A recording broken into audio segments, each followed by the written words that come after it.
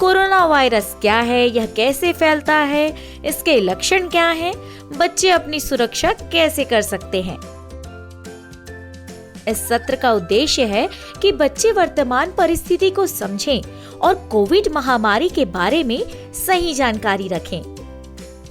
इस सत्र को कराने के लिए कुछ आवश्यक सामग्री की जरूरत होगी, जैसे ब्लैक बोर्ड, चौक, किताबें, कागज, रंगीन पेंसिल, मोम कलर इत्यादि। सत्र की तैयारी के लिए आप तुम मेरी हीरो हो कहानी की एक प्रति साथ रखें। साथ ही कोविड की कहानी, कोविड पोस्टर, कोविड गीत, सुनने और सीखने एवं रंग भरने की गतिविधि की भी तैयारी रखें। चलिए अब आगे की प्रक्रिया शुरू करते हैं। बच्चों से पूछें कि क्या उन्होंने कोरोना वायरस के बारे में सुना है। अगर हाँ, तो हाथ उठाएं। जब वे कोरोना वायरस के बारे में सुनते हैं, तो उनके दिमाग में आने वाले किसी एक शब्द को सोचने के लिए कहें। बच्चों से अपना परिचय देने के लिए कहें। परिचय देते समय सोचे गए शब्दों को अपने उपनाम के रूप में उपयोग करने के लिए कहें। जैसे, मैं वायरस शब्द के बारे में सोचती हूँ और मेरा नाम अनीता है, तब मैं अपना परिचय अनीता वायरस के रूप में दूंगी। इसी तरह अरुण एक शब्द बीमारी के बारे में सोचता है, तो वह अपना परिचय अरुण बीमारी के रूप में देगा। यह एक मजेदार गतिविधि होगी। संभावित शब्दों के प्रयोग का अभिप्राय ये है कि बच्चे इसी बहाने इन शब्दों से परिचित हों और बार बार इन्हें दोहराएं। जैसे कोरोना, बीमारी, सुई, दवाई, मास्क, 2 गज की दूरी, साबुन, पानी, अस्पताल, डॉक्टर, सैनिटाइजर इत्यादि। विषय से परिचित कराने के लिए गतिविधि को निम्नलिखित संदेशों के साथ बताएं। उन शब्दों को दोहराएं जिनको बच्चों ने कोविड-19 के दौरान बार बार प्रयोग किया है। उन्हें बताएं कि आज हम इन शब्दों के बारे में थोड़ा और समझने की कोशिश करेंगे। अब इन विषय पर चर्चा करें। बच्चों से पूछें कि वे कोविड-19 के बारे में क्या जानते हैं। बारी बारी से सभी बच्चों को उत्तर देने के लिए प्रोत्साहित करें। उनके उत्तरों के मुख्य शब्द ब्लैक बोर्ड पर लिखें। बच्चों को कोविड की कहानी सुनाएं। कहानी के दौरान बताएं कि वायरस कैसा दिखता है, इसका नाम कैसे पड़ा, यह हमें कैसे प्रभावित कर सकता है, इस वायरस से हम अपनी रक्षा कैसे करें और टीके कैसे विकसित हुए। कहानी सुनाते समय आवाज के उतार चढ़ाव का ध्यान रखें ताकि बच्चों को इसे सुनने में आनंद आए। चलिए अब गतिविधि आगे बढ़ाते हैं। नए गतिविधि की ओर बढ़ते हैं। कहानी के आधार पर बच्चों को कोरोना वायरस की कल्पना कर चित्र बनाने के लिए कहें। उनसे अपने कागज, रफ नोटबुक, ड्राइंग बुक पर चित्र बनाने के लिए कहें। यदि रंगीन पेन, क्रेयॉन उपलब्ध है तो सुनिश्चित करें कि वे रंगों का उपयोग जरूर करें। गतिविधि पूरा करने के बाद स्कूल की दीवारों पर उनके द्वारा बनाए गए चित्रों को प्रदर्शित करने में उनकी मदद करें। गतिविधि का सारांश बताएं। दोहराएं कि कोविड-19 एक संक्रामक बीमारी है जिससे सावधान रहकर ही बचा जा सकता है। सावधानी के साथ साथ कोविड का टीका लेने से भी इससे बचाव किया जा सकता है। चलिए अब अगली गतिविधि की बारी आती है। कोविड-19 पर बना गाना 3-4 बार सुनाएं। पहली बार बच्चों को गाना सुनने दें। दूसरी बार जब गाना सुन रहे हों तो बच्चों को साथ में गाने के लिए प्रोत्साहित करें। तीसरी बार बच्चों को गाने के शब्दों को याद रखने और साथ साथ गाने के लिए प्रोत्साहित करें। चौथी बार बच्चों को स्वयं गाने के लिए कहें तथा ध्यान रखें कि उन्हें कितना याद है। पुनः गाने के लिए कहें और उनके साथ गाएं। यदि समय मिले तो आप इस प्रक्रिया को 1 या 2 बार और दोहरा सकते हैं। सत्र के अंत में बच्चों को फिर से बताएं कि कोविड-19 एक संक्रामक बीमारी है जिसे रोका जा सकता है और बचाव भी किया जा सकता है। बच्चों से कहें कि वे इस जानकारी को अपने दोस्तों और परिवार से साझा करें। इसके बाद सभी बच्चों का धन्यवाद करें। चलिए अब बढ़ते हैं सप्ताह 2 की ओर। सप्ताह 2।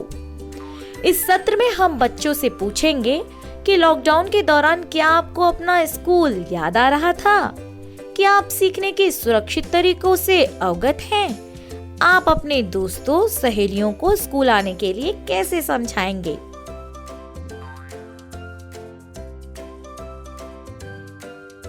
पिछले दिनों स्कूल बंद थे और अब स्कूल दोबारा खुल रहे हैं, तो ऐसे में बच्चे अपनी भावनाओं को कैसे पहचाने और अपनी मदद के लिए तमाम सहयोगियों से कैसे सहायता प्राप्त करें?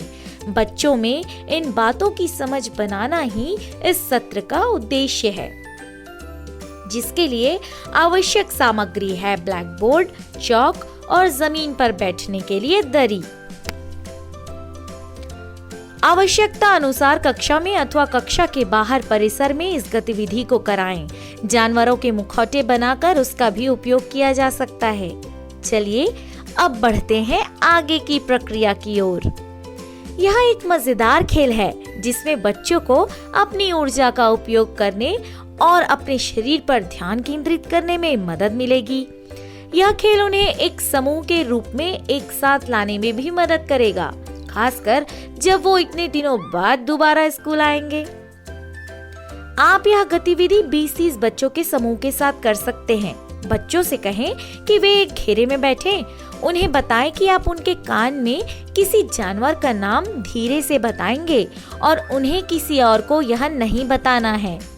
फिर प्रत्येक बच्चे के कान में एक एक जानवर का नाम धीरे से बोलते हुए घेरे में घूमें। आपको तोता, खरगोश, सांप और गाय के नाम का उपयोग करना है।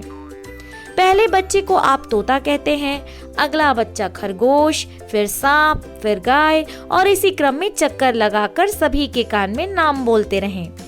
फिर बच्चों को उन जानवरों की तरह व्यवहार करते हुए कमरे में चुपचाप घूमने को कहें और बिना बात किए अपने जैसा ही जानवर ढूंढने को कहें। सभी एक जैसे जानवर का व्यवहार करने वाले बच्चे मिलकर एक समूह बनाएंगे। एक बार जब वे सभी एक दूसरे को ढूंढ लेंगे तो आप उनसे पूछें कि वे कौन से जानवर हैं और देखें कि क्या वे सभी सही थे। गतिविधि के बाद आप बच्चों से कहेंगे कि आप सभी अलग अलग जानवरों का अभिनय कर बहुत खुश थे। क्या आपने इन जानवरों को अपने शहर या गांव के आसपास देखा है? क्या आपने उन्हें देखकर कुछ सीखा है? क्या आपको इन जानवरों की नकल करते हुए मजा आया? गतिविधि के बाद बच्चों से निम्नलिखित प्रश्न पूछें। ध्यान रखें कि प्रत्येक बच्चे को निम्नलिखित प्रश्नों में से कम एक का उत्तर देने का मौका मिले। आपका स्कूल कब से बंद है और क्यों? स्कूल बंद रहने के दौरान आपने घर पर क्या क्या किया? आप घर पर कैसे खेलते थे और कैसे पढ़ते थे? क्या आपको स्कूल की याद आती थी? क्या आप स्कूल वापस आकर खुश हैं और क्यों? आप क्या जानते हैं कि आपको स्कूल कब और कैसे आना चाहिए? अगर वे नहीं जानते हैं तो नियम अनुसार समझाएं। जब स्कूल बंद थे, आपकी देखभाल किसने की? आपके देखभाल करता मददगार सहयोगी कौन थे? अगली गतिविधि होगी भावनाओं को व्यक्त करने की, जिसका उद्देश्य बच्चों को अपनी भावनाओं को व्यक्त करने और भावनाओं को समझने में सक्षम बनाना है। बच्चों को समान संख्या के 2 समूहों में विभाजित करें। दोनों समूह पंक्तियों में आमने सामने चेहरा करके खड़े हो जाएं। प्रत्येक पंक्ति से एक बच्चा आगे आए और शिक्षक शिक्षिका उन्हें किसी विशेष भाव का अभिनय करके दिखाएं। उसके बाद वह बच्चा अपनी जगह पर वापस लौटे और अपने पीछे वाले बच्चे को बिना बात किए अपने चेहरे पर उसी भाव को करके दिखाए।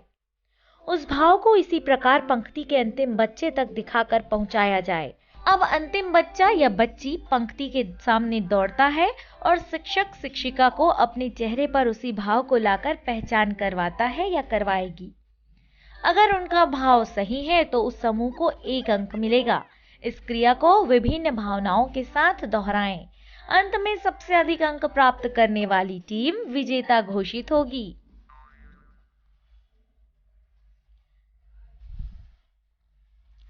गतिविधि का सारांश बच्चों को बताएं। इन खेलों के साथ हमने देखा कि हम विभिन्न भावनाओं को कैसे व्यक्त करते हैं और दूसरे लोग हमारी इन भावनाओं को कैसे पहचान पाते हैं। भावनाएं महत्वपूर्ण हैं। हमें अपने परिवार और दोस्तों के साथ उन्हें साझा करने की आवश्यकता है ताकि जरूरत पड़ने पर वे हमारी मदद कर सकें।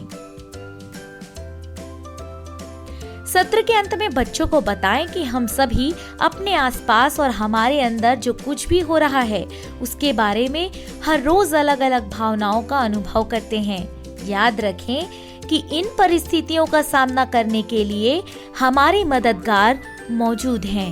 अपने सहयोगियों से बात करें और अपनी भावनाओं को व्यक्त करें। जब आप अपने दोस्तों सहेलियों को कोई निश्चित भावना यानी क्रोध, उदासी, खुशी, भ्रम का अनुभव करते हुए देखते हैं तो उनसे बात करें और देखें कि क्या आप उनके सहयोगी की पहचान करने में मदद कर सकते हैं जो उन स्थितियों को दूर करने या समझने में उनकी मदद करते हैं। सभी प्रतिभागियों को धन्यवाद दें। आज के लिए बस इतना ही। हम फिर मिलेंगे नए सत्रों, नए विषयों और नई गतिविधियों के साथ। तब तक कोविड अनुरूप व्यवहारों का पालन सुनिश्चित करें और बच्चों को भी निर्देशित करें। नमस्कार।